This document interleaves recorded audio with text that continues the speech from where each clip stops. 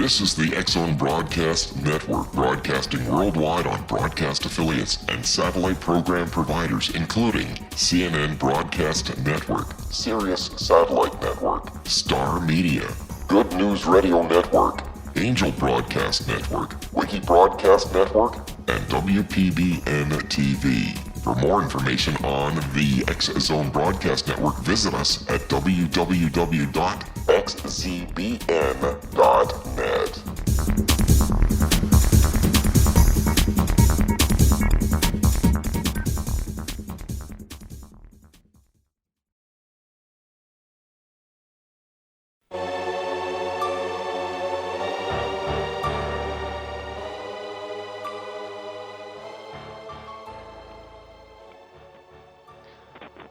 Welcome to the world beyond. I'm your host, Joe Weigant, and we are broadcasting from the X-Zone Broadcast Network. For more information on the broadcast network, please visit www.xzbn.net. Today, our special guest is Bill Miller. Bill Miller is the founder of the Southern Indiana Paranormal Investigators from Newburgh, Indiana, and he founded this particular group in 2000. He is also a member of the MESA Project, MESA, which stands for the Multi-Energy Sensor Array. And he has been doing paranormal investigations in a number of states in the Midwest, including Alabama, Delaware, Illinois, Indiana, Iowa, Kentucky, Tennessee, and Pennsylvania. His goal is that he will be able to collect the data that will help people understand hauntings, and he will work consistently to obtain real evidence of the existence of ghosts and strive to maintain a professional approach when presenting this evidence to his clients. So, hello there, Billy, and welcome to the show today. We're excited to have you with us. Hello, Joe. Thank you, bud. Absolutely. Billy and I just did an overnight stay at the McPike Mansion in Alton, Illinois. And we're going to be talking about that experience a little bit later. We had some really amazing experiences there. So we're going to get into that a little bit later. Billy, what encouraged you to begin investigating the paranormal and collecting the evidence of same? Well, I grew up in an old house in Midway, Indiana that was haunted. Saw my first apparition at age 9. And, just kind of lived with throughout my childhood, growing up. And then in 2000, I formed SIPI, which is Southern Indiana Paranormal Investigators. And we've been doing it for the past 16 years. We've went everywhere. And so it was just kind of in my blood and something that I enjoy doing. Before you started your own team, did you work with any other teams before that?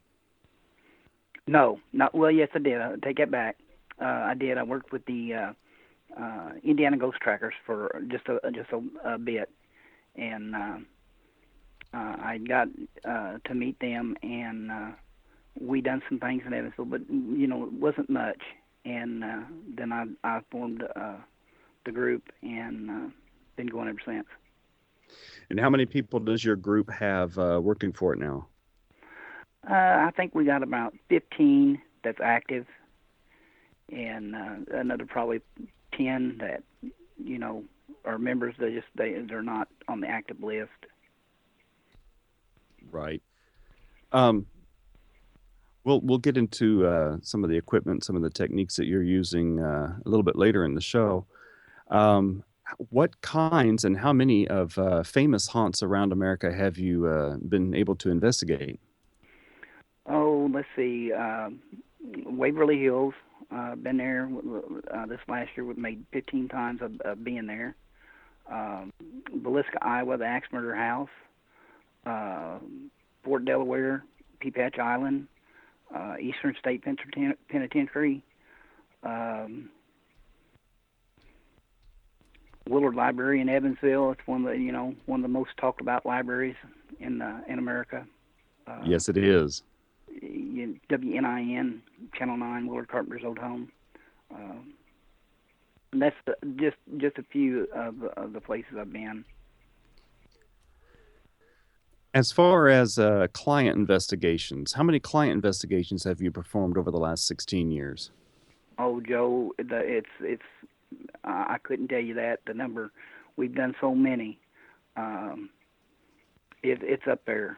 There was one year we was doing, almost an investigation a night, and I would say it's up, into the thousands anyway. Wow, that's pretty active. Yeah, Billy yeah. Billy Miller is our special guest today, and Billy is the founder of the Southern Indiana Paranormal Investigators. You can visit his website at millerspooks.blogspot.com. That's millerspooks.blogspot.com, or you can email him at spooken2, that's spooken, spooken, numeral 2, at gmail.com. And as always, you can reach me by email at joe@reikichoice.com, joe@paranormalpeace.com, or you can visit my websites, reikichoice.com and paranormalpeace.com. We'll be back in just a few minutes, and we're going to talk more with Billy Miller about McPike Mansion in Alton, Illinois. Stick around, folks.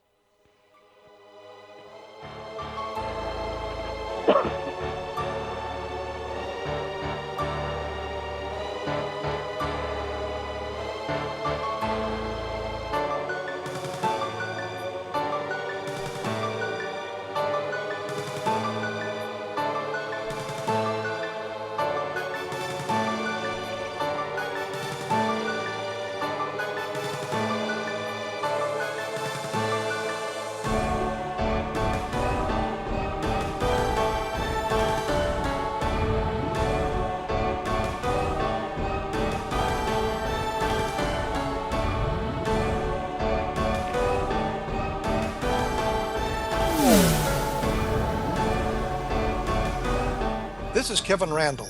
For nearly 30 years, I have been investigating the case of the Roswell UFO. I have interviewed hundreds of people and stood on the crash site. Now in Roswell in the 21st century, I have reviewed dozens of hours of audio and videotaped interviews, examined hundreds of files that relate to the crash, and have returned to Roswell in an attempt to put all that information into the proper perspective. For the first time in Roswell in the 21st century, I have made a dispassionate reevaluation of all that material and provide a new look at what happened. This is a book that clears away all the clutter that has hidden the truth for so long, strips away the various lies that surround the case, exposes the Air Force attempts at cover-up, and found a core of solid information that tells us all where the case stands today. Roswell in the 21st century will be available in just a few weeks. For more information, please visit my website at www.kevinrandall.blogspot.com.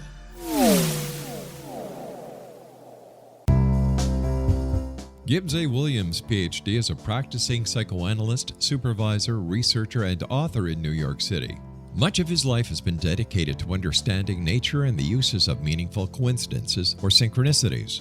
His radical and original non-Jungian, non-mystical, non-magical theory of synchronicities illuminates much of the fog surrounding this challenging and perplexing topic. His ideas and manners are fresh, presented in a style that is both entertaining and highly informative. He is also an expert on crisis intervention specially focused on violence reduction for the police and citizens, mastering anxiety, frustration, and stress without the use of medication, and effectively preventing and treating heroin addiction. Dr. Williams can be contacted at his email address at gwwilliamsny11@aol.com or visit his website at www.drgibbswilliams.com.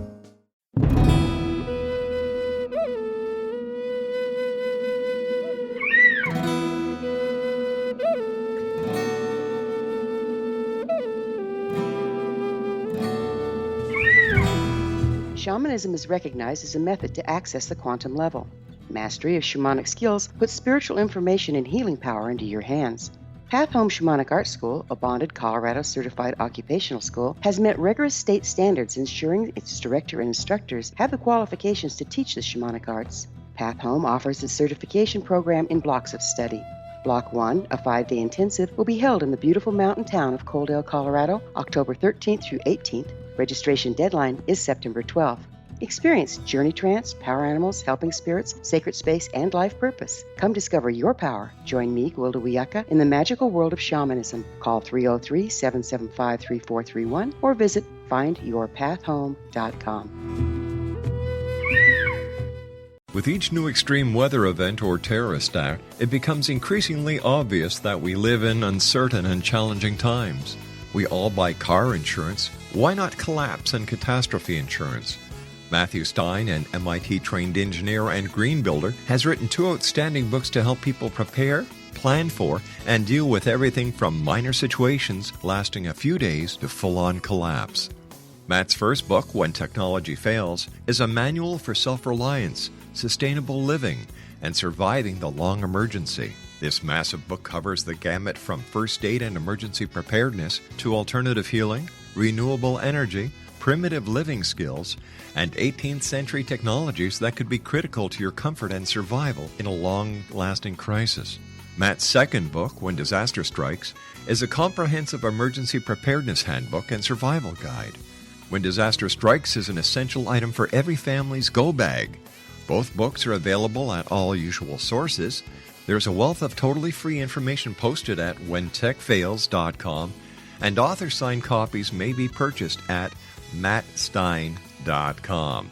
That's www.whentechfails.com and www.mattstein.com.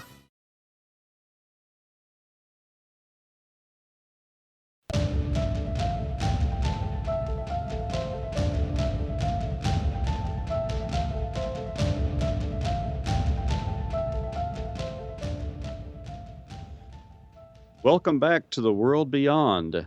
I'm your host, Joe Weigant, and as always, we are here on the X Zone Broadcast Network. This hour, we're talking to Billy Miller, who is the founder of the Southern Indiana Paranormal Investigators, and we just finished talking about the hundreds of investigations that Billy has performed over the years. Billy, whenever you're performing an investigation, what kind of equipment do you use to collect the evidence of ghosts and hauntings inside someone's house or property? Well, Joe, we use several different things and techniques. We use tape recorders to record EVPs, video cameras, but we also use a computer-based system called Veneer. And what it does, we're able to hook up sensors. I use a light sensor, a temperature probe, motion detectors, and it feeds it back to a computer. So during the investigation, when we're set up, after the investigation's over, we can go back and look at it and see if there was any changes in the environment during that investigation, and if we have anything on video or audio to help, correlate those changes. Did we capture something on video at the time Veneer reacted, or did we get an EVP? Did the temperature change any? So, we're able to look at that now. And we use a 2-camera system. It's called a stereo camera system that's run on a magnetometer. So each time the Earth's magnetic field change anywhere from 2 to 8 milligauss, it takes 2 photos, and we look for anything in those photos as well. That is pretty advanced kind of stuff there. Yes, it is. Now, whenever you collect things on this equipment and all these different pieces correlate together and they prove that there is something in space, what do you do with that evidence then? Well, we archive all of our evidence. It's a continuous data collection. Everything, we save everything from every investigation, no matter whether we get anything or we do. So we can go back and we can look on, these investigations in the past to give to the client. Most of the time when we do an investigation for the client, it's, they're looking for answers. Am I crazy? We try to go in to reassure them that, that this kind of stuff happens all the time, and they're not crazy. Whenever you're reassuring your clients that obviously that they're not crazy and that yes, ghosts really do exist and that they have some kind of a visitation in their home, um, are there different kinds of things that can inhabit a house with living people, or what kinds of things can you run into? Well, we run into a lot that is residual. A residual haunt is just something that's like an old movie. It plays over and over and over again, and it never interacts. They see these things, they see these apparitions, and to them, it's real, but it's an actual. It's not. It's just. It's like I said. It's like a, an old film that plays over and over and over at the same time all the time. Where your intelligent haunts, they move things, they try to interact, they try to tell you something, and then of course there's the malevolent, the spirits that are upset and angry. They throw things, they move things, and then of course every now and then you'll run into one, and I haven't yet, and I probably won't, but then you'll run into one that's demonic. To where something has come in that, that's not of this earth. What do you do about these angry spirits that are causing problems and throwing things around and really going out of the way to scare people? What can be done about that? Well, that's where someone like you come in. Where we Yes. we come in and they bless the house. It's according to what the client wants. If they're so inclined, they can have a minister come in, or like you come in and smudge and take care of it that way. So it's Yes. really left up to the client, how they want to handle it. But usually it's handled in a way where things are quieted down and it doesn't bother them anymore. Perfect. So, how has technology changed over the years from when you just started to where we are now in the collection of evidence? Oh my lands. Let's see. When they first started, they had 35 millimeter cameras, the old flash bulbs, the tape recorders were reel to reel, and a good example of the early stuff. If you ever watched The Changeling with George C. Scott, where Seen he it. uses a reel to reel, Yes. and he collects the EVP that way, to where now it's all digital. You can record up to like 28 hours on one clip, so it's just advanced so far. You got digital cameras, you got digital video cameras now, so yeah, it's advanced a lot. That is incredible.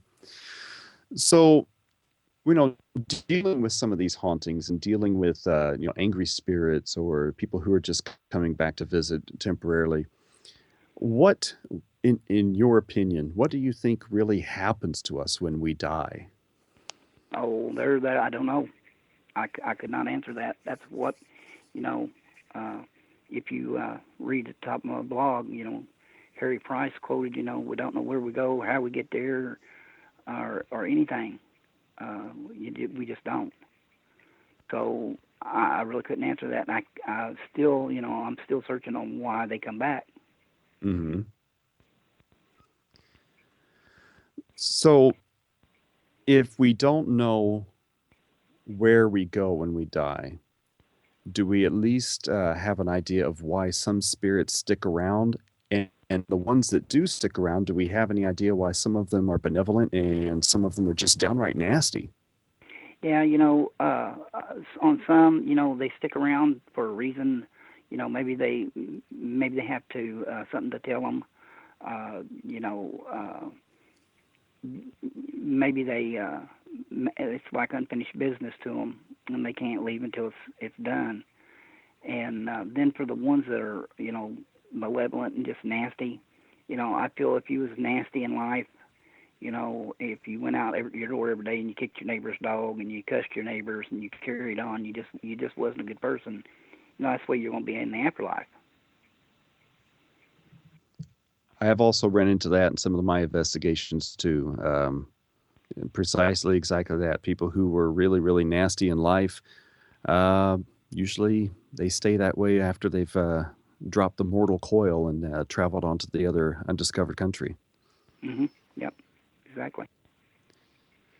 So, what came about some of these mean spirits that are here and they're causing problems, or maybe they just haven't realized that their house has been sold 3 or 4 times, and there's a new people living there, and they're just lashing out at what they think is an invader on their property. What do we do with those kinds of spirits?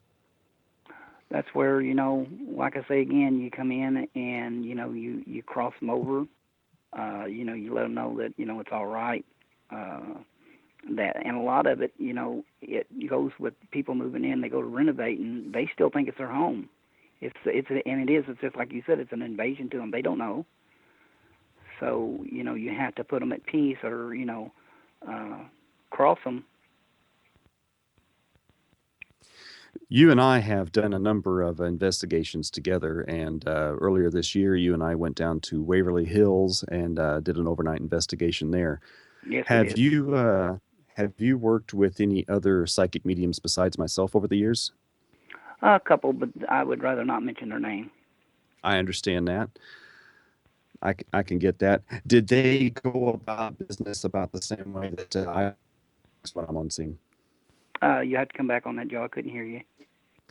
I said, whenever you've worked with other psychic mediums, do they go about their procedures or their protocol and the way that they deal with spirits in about the same way that I have whenever I've worked with you? No, actually, they was a little different. They were, I think you're more thorough than what they were. I've seen, how they did things and what they did. Mhm. And I've seen you, and you went to 3 homes, and all 3 of these homes they are still fine. They're having no problems at all. Where they were calling me on almost a nightly basis. At one point, the one woman was, begging for help, and I just couldn't get to her at the time. We was just so booked. But now, they're at peace. Everything's fine. Their families are fine. The last one we did together, I talked to her not too long ago, and I said, "How's everything going?" She said, "It's going good." So, Well, that's a heck of a compliment. I appreciate that. yeah, I've always said that I use my abilities and my talents and my skills to the best of my ability, so that way I can bring peace to the living and to those who have crossed. And if I don't help educate people as to what's happening in their house and try to establish a little bit of understanding and some peace on both sides of the veil, then I'm not doing my job effectively. So I yeah. thank you for that compliment. Yeah, well, they've talked highly of you. They appreciated what you did, and they're still to this day problem free. That is awesome. That is awesome. So, what have been some of your most harrowing experiences while investigating hauntings? Oh my lands! Uh, One of the first ones was it was back in 2001. We were at Waverly Hills, about 3 o'clock in the morning, and there was a Louisville state trooper with us, and a friend of mine, George Hall, and they decided they wanted to walk down the Sorarium side of Waverly Hills, which is where they used to pull the patients out during the day and would let them get fresh air. And Hmm. I opted to stay inside the one room where I could rest. And I leaned up against this window, which there was no glass in it, and it was in the hallway, and I could see down the hallway, and I'm standing there, and it was still moonlit. You could see down the halls pretty good, and I see this thing. I catch it out of the corner of my eye, and I look up, and it was a shadow person on the ceiling, and it was crawling towards me. And the minute I made eye contact with it, it stopped. And that was pretty crazy. And to describe something crawling down the ceiling or up on a ceiling in human form, it's kind of hard. But it stayed there for a few minutes. I moved, and then it was gone. So that was one of the craziest. That is incredible. I've seen shadow people pretty well all of my life, and yeah, it takes some getting used to whenever you start seeing them all the time. But yeah, whenever you see something crawling out at you that you didn't expect or that you didn't see there just moments before, that is pretty nerve-wracking. Yeah. Our guest today is Billy Miller, who is the founder of Southern Indiana Paranormal Investigators, and you can see his website at millerspooks.blogspot.com. That is millerspooks.blogspot.com. Or you can email him for more information at spooken2@gmail.com. That is spooken2@gmail.com. This is The World Beyond, and I'm your host, Joe Weech, and we'll be right back in just a few minutes. It was a terrifying experience. I thought we was going to go to jail for murder. That day, we were a little behind, so we worked until it was starting to get dark. We loaded up the equipment and hadn't driven very far when we caught glimmers of this glow coming through the trees.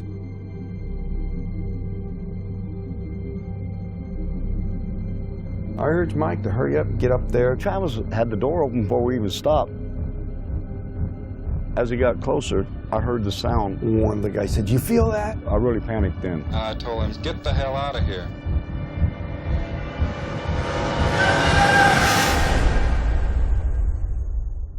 It didn't come directly to me, it came to a deputy sheriff. Three of us volunteered right away to tell him what had happened. Sheriff Gillespie definitely didn't believe it. He says that we better be certain because we can get in a lot of trouble. When we went to search the next day, they split us up, and the whole time the deputies asked me, if you just tell us where the body is, we can all go home and get this over with. We're talking about 100 people combing through the wooded area. Nothing turns up.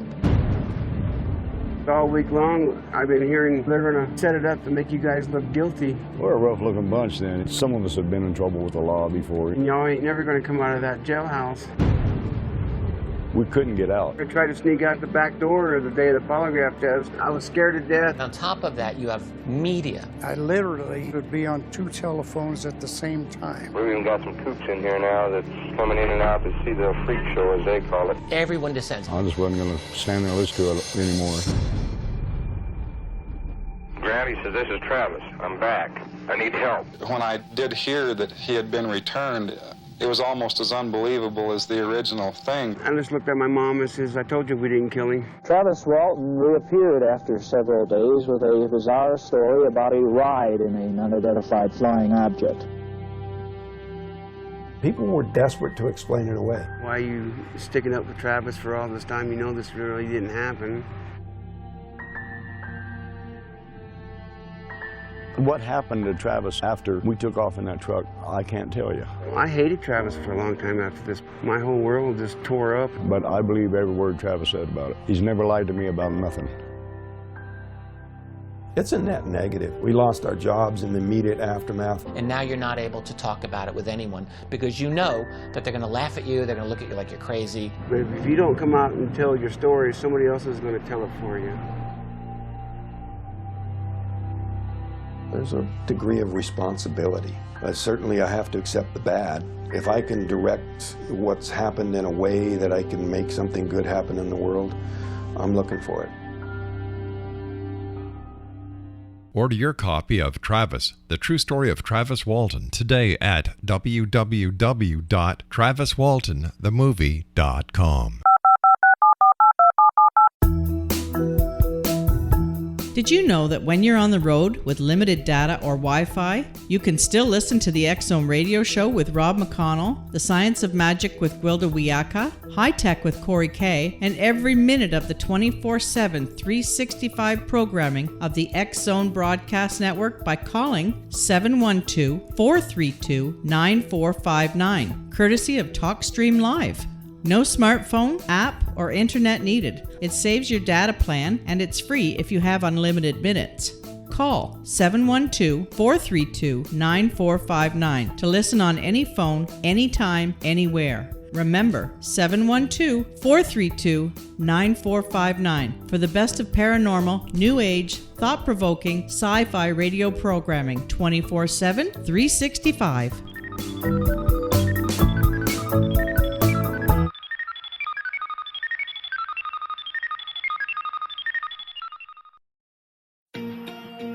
Wouldn't you love to know the secret to everything? Well then, meet Dr. Kimberly McGeorge and her cutting-edge breakthrough knowledge that combines science with possibility. Dr. Kimberly brings real-life answers and healing to those open to alternative solutions. She teaches solution-based programs and classes that will change all areas of your life forever. Specializing in conscious creation, intuitive readings, and energy medicine, you can rapidly shift health, relationships, business, and money and abundance challenges quickly. Receive her best-selling book, Secret to Everything, at no cost by going to secrettoeverything.com/X-Zone. That's right, transformation can start now. Just go to secrettoeverything.com/X-Zone and receive Dr. Kimberly's book for free.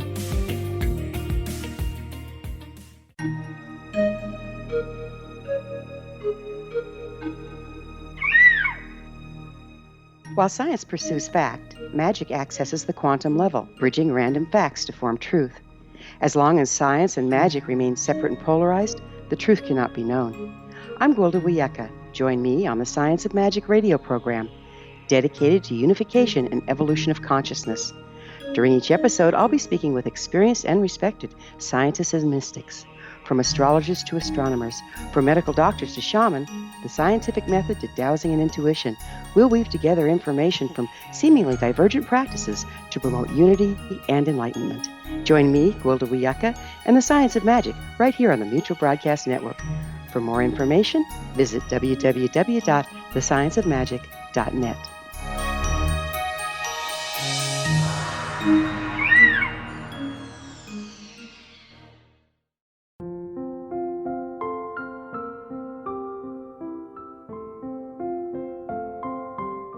I am Dr. Carl O'Helvey, founder, president of a new cancer foundation focusing on evidence-based physical, mental, and spiritual interventions, including natural cancer cures, prayer, meditation, affirmations, nutrition, and other related holistic cancer prevention and cure modalities. These are used in cancer education, research, and financing care. I ask for your help to continue this important work by donating at www.holisticcancerfoundation.com.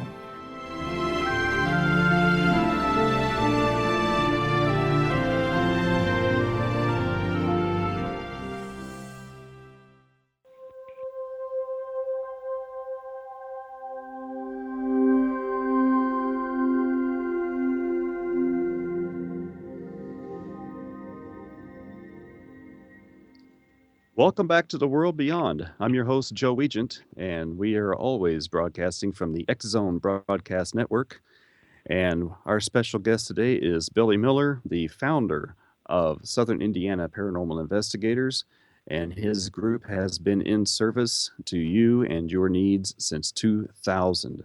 So for nearly 20 years, he has been collecting paranormal evidence and presenting it to his clients, and also going to famous haunts all around the region here in America and verifying some of the stories that people have been spreading about famous haunts all over the country. And he has basically done thousands of investigations all over the region. Welcome back, Billy. There you go. So we just had an opportunity over the past weekend to do an overnight investigation at McPike Mansion in Alton, Illinois. You've apparently been there a number of times before, is that right? Yes, I have. I've been there, probably about 13, 14 times. That is amazing. What prompted you to head over there to that location to begin with? Well, I had first seen McPike.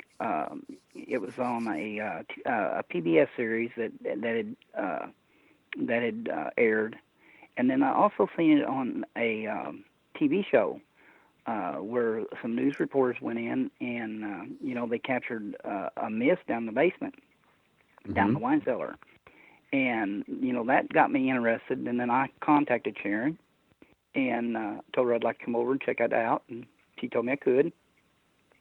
And that's how I met. That was back in 2001. And every chance I get, I go.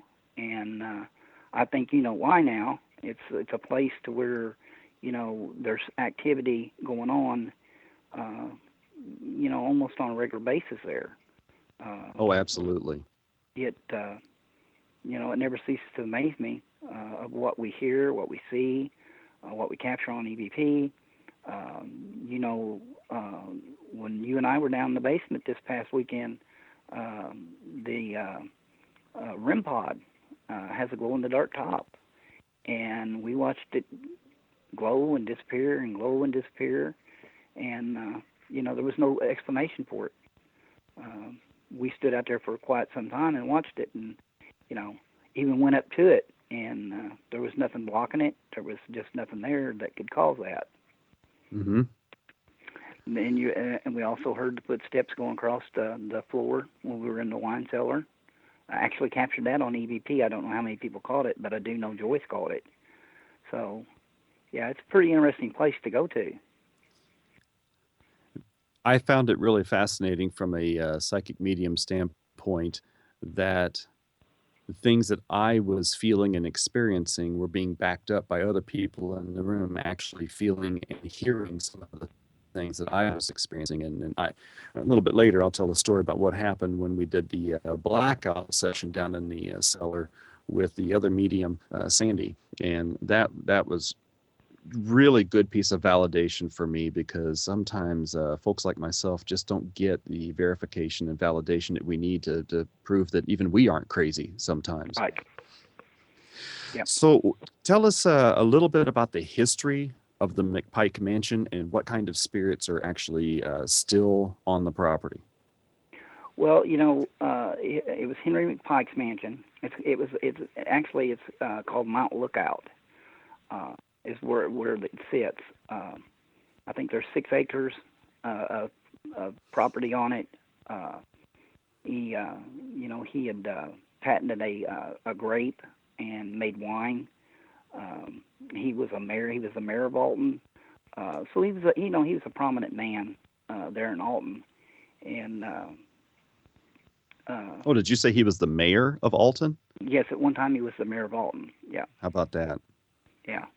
And he helped the Lincoln Douglas debate down in Alton. He was in on that. So he was a well-to-do man.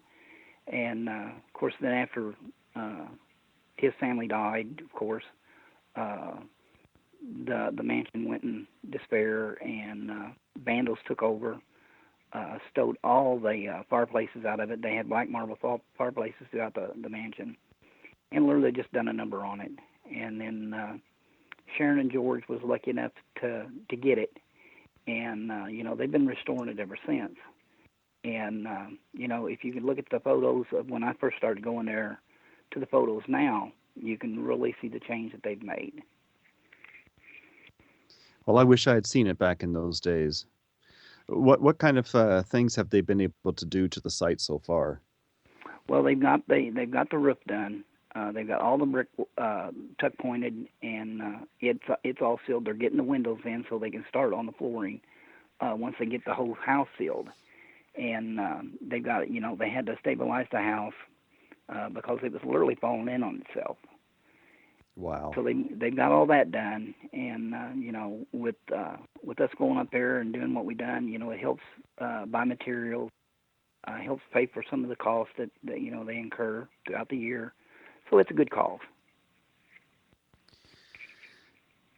It's a shame that a building like that, first of all, has to fall into such disrepair over the years, but then its demise is accelerated by people who just have no regard for anything and would go into a place like that and just take anything valuable from it. Right. Yeah. And as far as the spirits there, I actually believe it's the McPikes. I think it's Henry and them. For one reason, when you go to renovate a home, things act up, and yes, there it's just the opposite. They're fixing it up, and they're not having those problems. So I feel the spirits that are there are Henry and them. Hmm. So why do you think that they're not acting up during renovations as would normally happen for someone fixing up their house?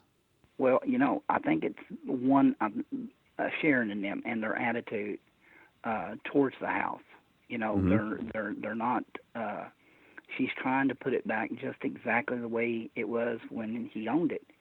They're not going in. They're not trying to do this and make it the way they just would to get it fixed up. They're trying to put it back to where it was when he owned it. So that's one of the reasons. And then two, they see that the house is being fixed up. Isn't that something? Yep. Oftentimes, when people want to try to change things about a house, the spirits that are still there will suddenly, decide that they don't like the changes that are going on, and they sometimes kind of act out in a place and cause some problems. And I think that's whenever folks like you and I get most of our phone calls, is whenever there's new floors being put down or a new bathroom being put in, and so Right. You also find that to be true. Yeah, right. Yeah, and that's the case most of the time. So, of all the times that you've been at McPike Mansion, is there one particular experience that stands out more than the rest, or have one experience or one piece of evidence been more prominent than some of the others? Yeah, I was one of the lucky few that was able to go through the whole building before, they finally stopped it. And I was there, I can't remember what year it was, but we were there. And I was upstairs, I think I was on the second or third floor. But I had walked through a door, and the minute I stepped through, I got this cold sensation. It wasn't cold to the outside, but it was cold to the inside of me. It literally went through my whole body. And it left my body the same way. It left me from the feet all the way through my head until I was warm again. And it was right after that I smelled what smelled like fresh coffee brewing. It was in the room with me, and it lasted for just a few seconds, and it was gone. And I don't know if it was one of the spirits there, but it was something different. It's never happened since. Has Sharon ever gone into the place solely for the purposes of trying to collect evidence or trying to investigate the spirits there, or has her focus been mostly on renovations? A little both. Most of the time it's to fix it up, but they've done things. They've had things. They do their tours. They have their blackout sessions, and she's writing down this evidence that she's got.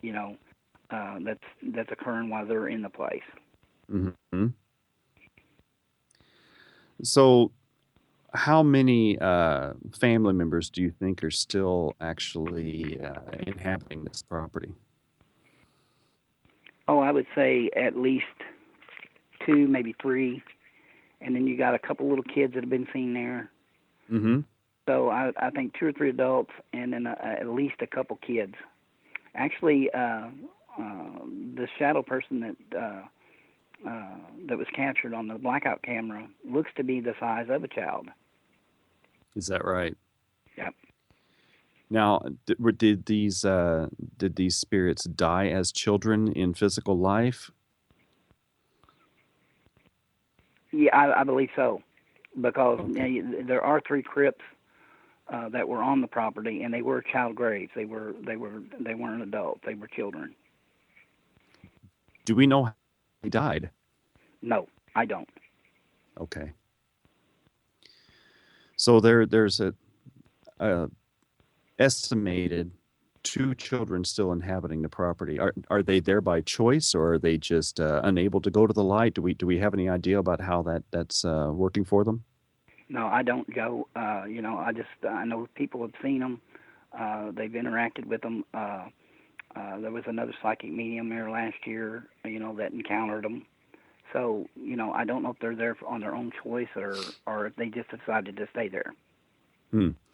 I saw them Saturday while we were there during the blackout session. So that was pretty interesting watching the because I also saw two children playing in the cellar, and it was kind of fun there. Mm-hmm.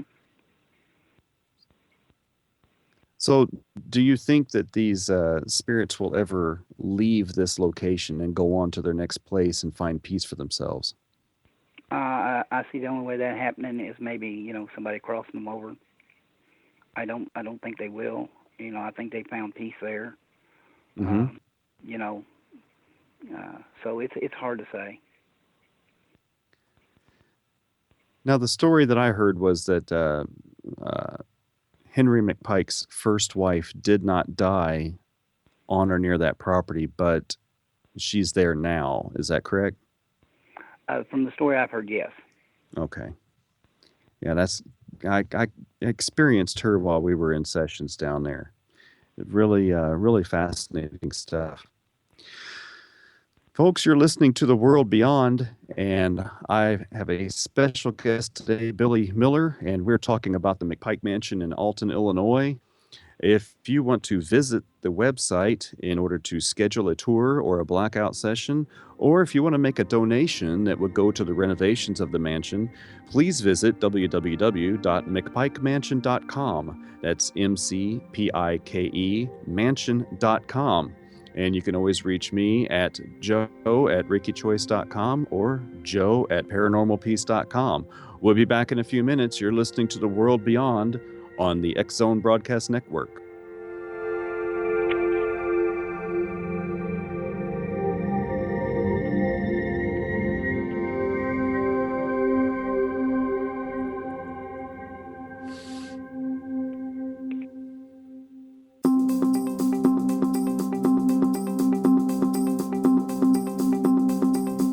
As host of Dialogue with Divinity, I am thrilled to join the X Zone Broadcast Network and their growing number of affiliates.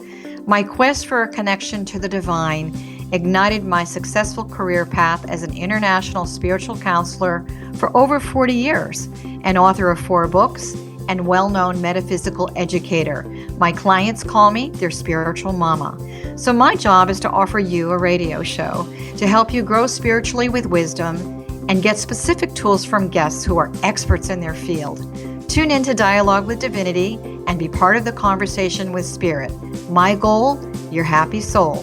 For more information, please visit my website at johannacarroll.com.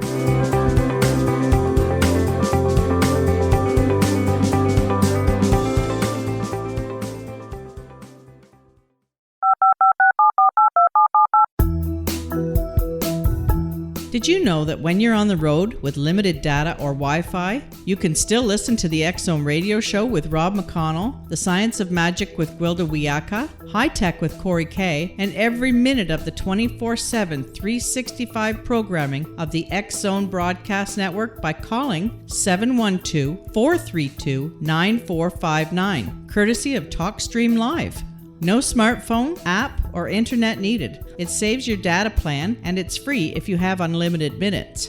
Call 712-432-9459 to listen on any phone, anytime, anywhere. Remember, 712-432-9459 for the best of paranormal, new age, thought-provoking, sci-fi radio programming 24/7, 365.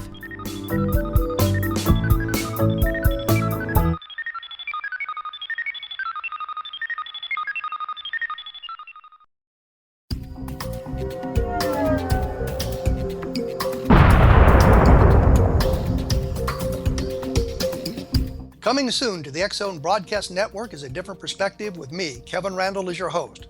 We'll be taking a close look at what is happening in the world of UFOs today with side trips into the paranormal. Guests will range from those who are household names to those who have a different perspective on a variety of topics. No topic will be taboo, but there will be tough questions asked as we all search for the truth about UFOs, the paranormal, and those things that excite us. Sometimes we'll agree with a guest and sometimes we won't, but we'll try to keep the program topical. For those of you who would like to read, be sure to visit www.kevinrandall.blogspot.com and remember to listen to the other fine programs on the X Zone Broadcast Network at www.xzbn.net.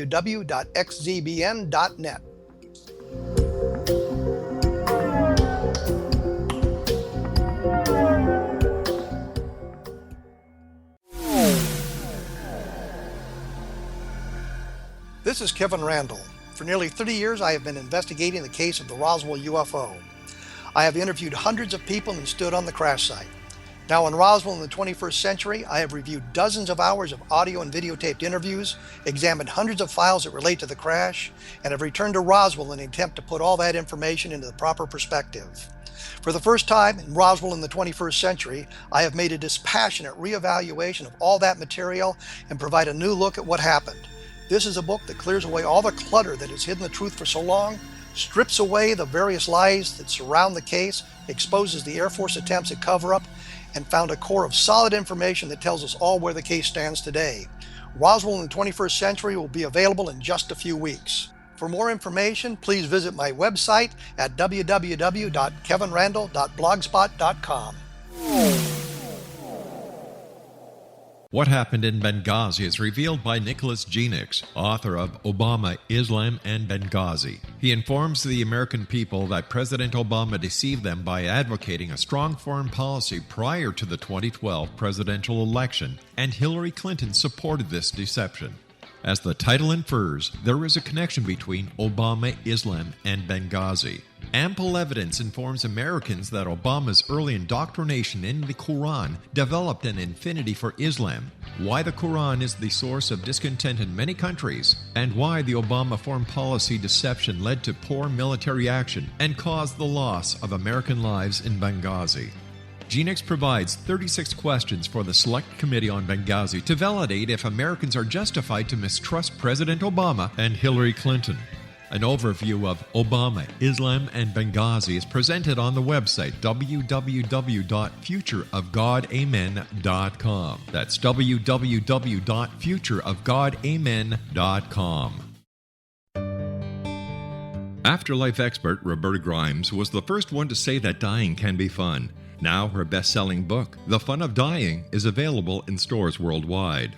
So if you wonder whether death ends life, how it feels to die, or what heaven might be like, The Fun of Dying was written for you. And if you have always been afraid of death, or if you worry that your life has no meaning, let The Fun of Dying ease your fears and bring new meaning to your life.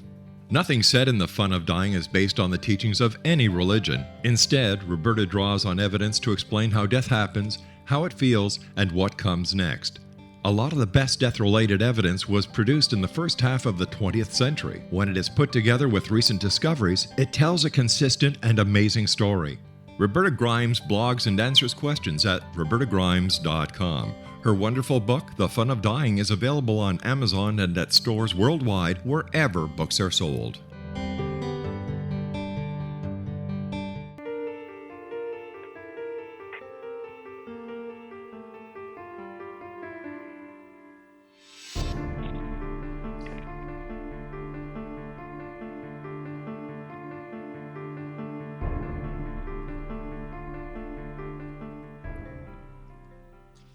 Welcome back to the World Beyond.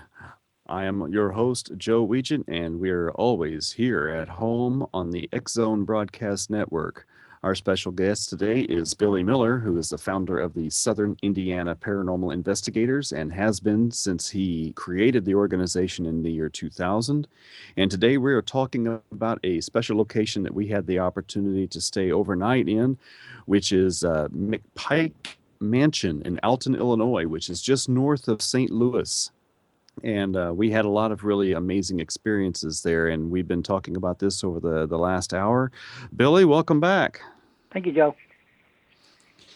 You know, I had a really unique experience I'm just going to share here for just a couple of minutes while we were in blackout session, and unfortunately you were outside doing some things during that time, but Sandy and I went in, and she wanted me to sit with her with the blackout session in order so that we could better kind of work with each other and find out what we were experiencing.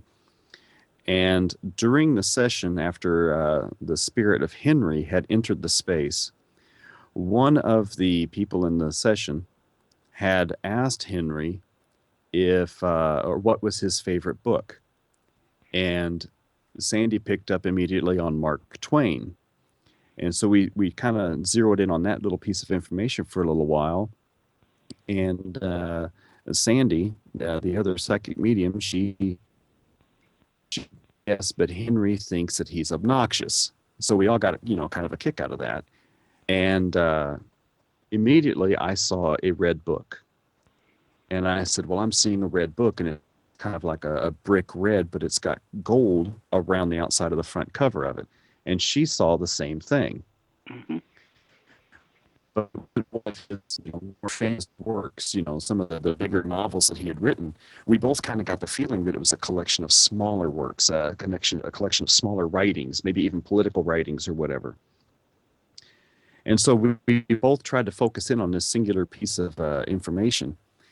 And we both agreed that it was a red book about 1.5 inches thick with gold around the outside of the front cover, but the cover couldn't be red. The center of the cover was actually just blank. It was red. And we focused on this for quite a while. And after the session was over with, one of the other guests who was downstairs went to eBay and looked up old books by Mark. And lo and behold, there is an old red book that is sold around the outside of the front cover, and the middle of the front cover is blank. It is just brick red, and it is Mark Twain's book on a collection of writings. And we were both right on track with that. So that was just an amazing experience, both, and we really got a kick out of that. And actually, the person who found that book purchased it and will donate it to Pike Mansion, so that way whenever the mansion is renovated and restored to its former glory, that book will be in the house. Yes, yeah, that's pretty cool. That was amazing. It's nice whenever somebody like me can go into a place and have someone else also validate their experience. Right. Yeah. So the reason we were at McPike this past weekend was that you had organized raise money for the McPike renovations. How did you go about doing that? And how do you think that the end of the day turned out? Well, we discussed it last year when I was there, just on the camp out. We camped like twice, maybe 3 times last year. And the last time I was there, I told Sharon, I said, we all have a meet and greet on the grounds. All for a free event, charge for booth space, and, charge for camping. Everything else, come listen to speakers, would be free. And, she said, well, yeah, well, let's do that. So, we got together and put a flyer together and started sending out the flyer. She went to the newspaper there in Alton. And, at the end of the day, I think we did pretty good. We had quite a few people come in and out through the day, listen to the guest speakers, and, we raised a little bit of money. Not a whole lot, but it's enough to help out. So I think at the end of the day, it was, pretty good. And so, we'll just have to go from there for this next year. Yeah, I was just about to ask, are you planning on doing this again next year? Yes, we are. Yeah, we're going to do it again September 9th, 2017. Great. How much will it cost if somebody were to join in? Well, if you want to set up a booth space, it's $35. If you want to come and camp, and you go in and go into the wine cellar after the meet and greet's over, that's $35 a person. Food will be available, at the camp out at no extra charge. So, you roast weenies, do whatever you want, and no alcohol, of course. It's an alcohol-free event. Yeah, and coolers will be checked if you camp. So, it's a great place to come and camp and maybe experience something. I know I had some people from Evansville that came, and she actually got poked, and she saw something down in the basement that she could not explain. So, they were really satisfied. Wonderful. Do you think you're going to keep it to just one a year, or do you think you might try to up this to once in the spring and once in the fall? Well, that would be up to Sharon. The way it is now, we kick off our tour season, fall tour season, but we're all getting older, and it's just hard to do more than one. So I don't know. I'd have to leave that up to her. If she'd be willing, I'm game. So anything's possible. Aside from people visiting the website and the meet and greet one, does she have any other fundraiser activities that she's using to try to raise money for renovations? Yes, actually, they start their tour season. I think next weekend, or maybe it's this weekend. But they can go to the website, McPike's website, and all that tour information is on there, or they can find them on Facebook and find out all the information. But yeah, she offers tours, and you go in, you have the blackout sessions, and it helps raise money. So. If somebody were wanting to book a tour and do a blackout session and they wanted to try to capture some evidence, what kind of things would you suggest that they bring along in order to, take home a little piece of McPike Mansion? Well, I suggest as far as that, evidence is concerned. Right. Tape recorder, a video camera that has night shot capability, IR, something like that. Cameras is always good. The grounds as well as the house is haunted. We've seen things on the grounds as well as in the house. So, a good tape recorder, good camera, and good video camera, that would work good.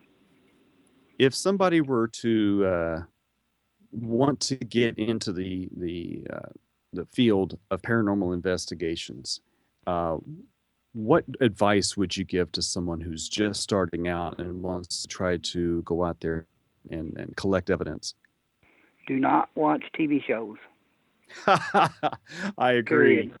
I do not agree. watch period. Do not watch TV shows, because that's all it is. It's a show. It's for ratings, and that's it. I've seen too many groups imitate ghost hunters, ghost adventures. I've seen them all. And, it's just, you just can't do that. You just can't. So that's my advice to, I did, when Ghost Hunters was going in people's houses and coming out and saying, hey, look, your house isn't haunted after being in there 2 hours. I've been doing this for a long time, and I still can't do that. Just because something didn't happen while I was there doesn't mean it's not haunted. Exactly. So what other advice do you have?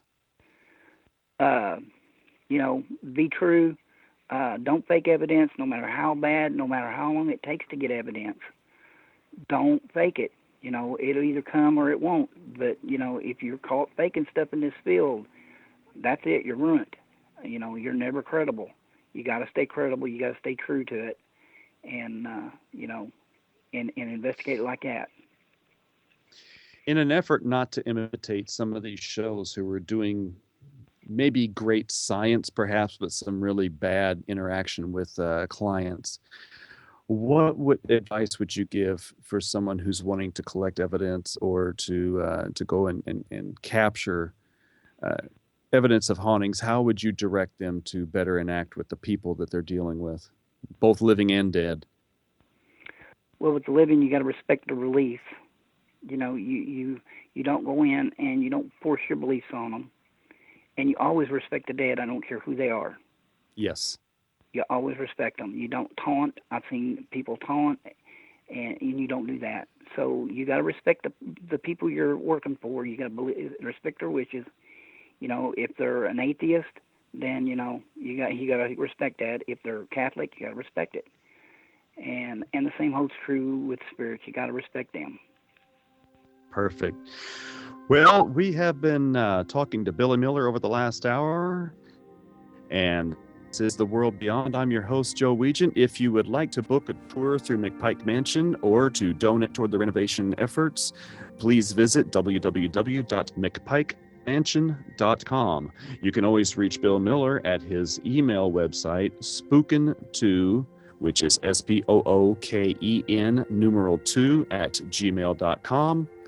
And I can always be reached at joe@paranormalpeace.com or joe@reikichoice.com, REIKI choice.com. We thank you for visiting us today, and as always, we will talk again. Have a good one.